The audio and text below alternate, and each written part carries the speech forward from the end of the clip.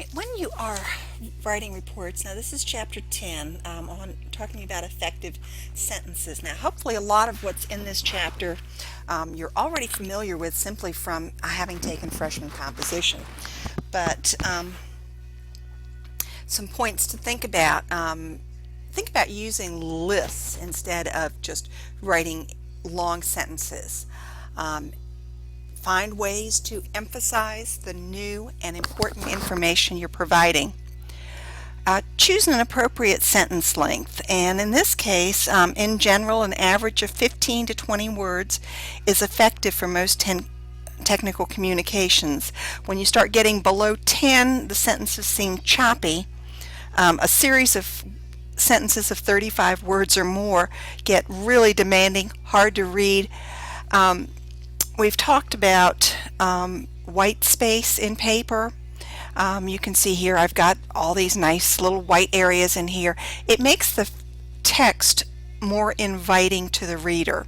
If you've got 35 word sentences, overly long ones, they have a tendency to make the reader feel uncomfortable about reading them, and in fact, try to avoid reading. So keep your sentences in the right length.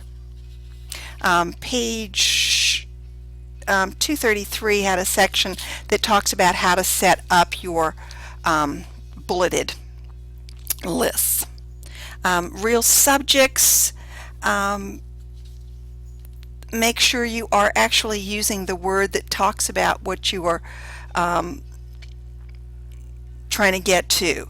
The use of this method rather than this method. Keep it very specific so that it's easy for the reader to quickly gather what you are talking about. The real verb, here watch out for using the wrong type word. Each preparation of the solution is done twice. A lot of information, but doesn't really get you right to the point, which is each solution is prepared twice. So use the words that will give you what you need. Also look for things like parallel structure. I like to read, to swim, to walk. Or I like swimming, running, and biking. Using the same basic type of structure makes it follow.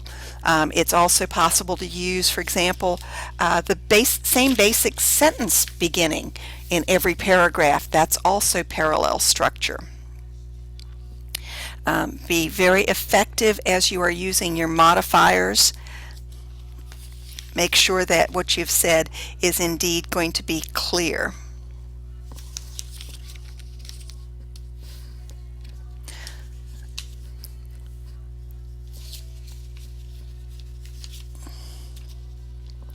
All right, when you are actually writing guide lists, set things off using a list, a number, a symbol, that little dot bullet symbol. Break up long lists. If the list is more than about 5 to 6 items, find a way to maybe break it up into 2 lists that make sense. When you can, present them in a parallel structure so that they, each one is done in the same basic wording. Structure and punctuate your lead-in to it correctly, and then punctuate your list correctly. All right, use the same grammatical form in each. All clauses are active or passive. Active is generally considered the more preferable format in business writing. I drove the car rather than the car was driven. When we use passive, people have a tendency, where the subject receives the action rather than doing the action. There's a tendency to assume that people are doing that because they're trying to hide some information.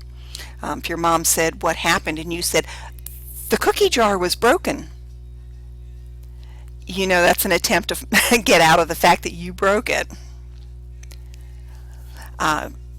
when you are writing, make sure that everything stays in either the indicative or the imperative, a statement format. All your nouns will be preceded by the same article, the or a. Your parallel structure will create a recognizable pattern, and it'll make the sentence easier for your reader to follow.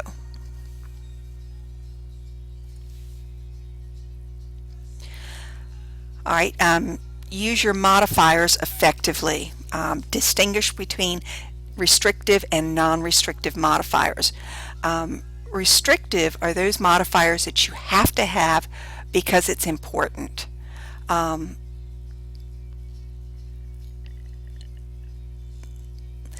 And avoid misplaced modifiers and avoid dangling modifiers. I've got a whole section in our Blackboard section of dangling and misplaced modifiers, and they're rather humorous, so be aware of those. All right, as you are writing, make sure you know how formal you need this to be. You know, there are various levels of formality. Select what is the most appropriate for your particular topic. Make sure as you write you are very clear, very specific about what you're talking about, and be concise. You know, the more exactly that you can say something, the easier it is to understand. And use inoffensive language.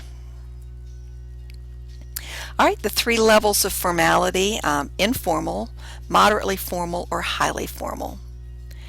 And you can, of course, look in the textbook for more information. Use the tone and level appropriate for your specific audience, for your subject, and for the purpose that you are writing this. Informal writing can cause a couple of problems. Sometimes it's a little imprecise, and sometimes it's just so casual that people don't take you seriously, which then makes it a little embarrassing in your case. All right, as you are writing, make sure you use active or passive appropriate. There are occasions where passive is appropriate, but it's best to stay with active. Active takes fewer words and is more specific, which that's the next point: be specific. Don't use jargon unless the jargon is particular to the people you are writing to. Use positive constructions. How many of you ever heard your mother say not when she said you may not have a cookie before dinner? All right, avoid long noun strings. Avoid cliches. And avoid euphemisms. Euphemisms and cliches are words that we use in place of something else, and sometimes it's appropriate, but sometimes it's actually unethical. So, for example, there's nothing wrong with saying, "I'm going to the restroom." You're not going there to rest, and they know that, but it's a nice way of saying it. On the other hand, you wouldn't want to say things like,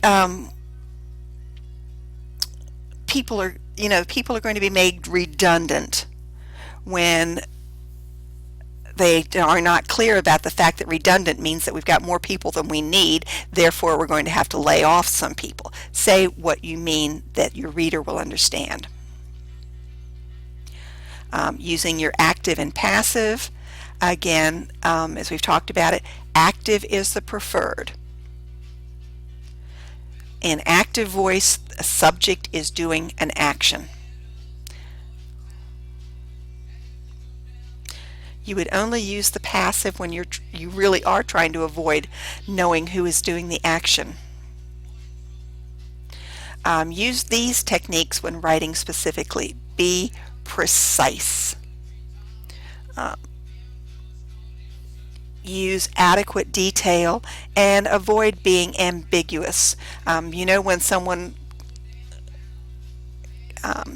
might see you at the end of the day and you look an absolute mess, and they say, "Oh, what a nice shirt." and you know that that's not what they mean. Ambiguous. So watch out for that in there. It's one of those things, there's a tendency to think, oh, my reader is too dumb to understand that, but trust me, they will.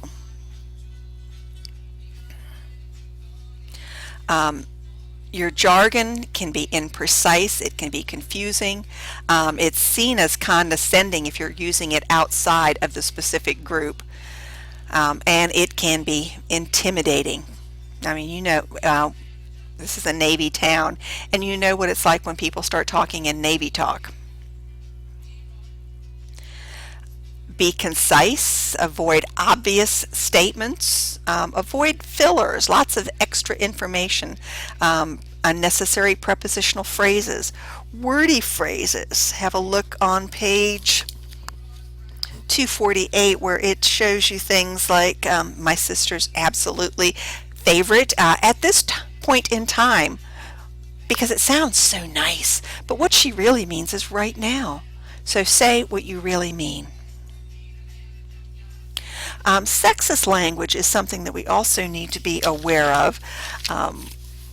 There was a chef that I know of who owned her own restaurant, and anytime she received a resume in the mail which referred to her in the mail, it went straight in the trash can. Don't assume that someone is indeed a male or a female just because of the job that they have. Replace male gender words with non-gender specific. Chairman becomes the chair. When possible or necessary, switch to different forms of your verbs. An easy way to do this when you can is to just move it to plural. Workers, and then you don't have to they, rather than the worker, he or she, and such. When you can, address your reader directly.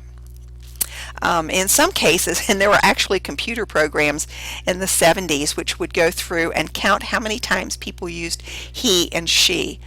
They found out in education that there was a tendency when we were talking about problems in the classroom to use he, and when we were talking about good students we would use she. So be aware of that language and use the one that is appropriate. All right, the following guidelines when you're talking about people first. People who have disabilities. Refer to the person first. Talk about their disability second. Don't confuse a handicap with a disability. And of course, do not refer to victims. You don't refer to a person as wheelchair bound or confined to a wheelchair. And please, in no way, make it sound as though the people with disabilities are abnormal.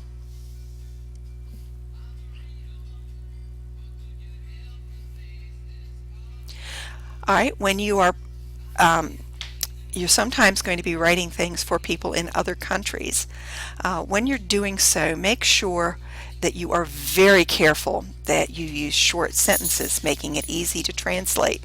Keep it in active voice. Use simple words. Include a glossary. People in other countries, make it sure that the words that you are using have only one meaning. Use your pronouns carefully, and of course do not use jokes, puns, or things that seem to be culturally bound.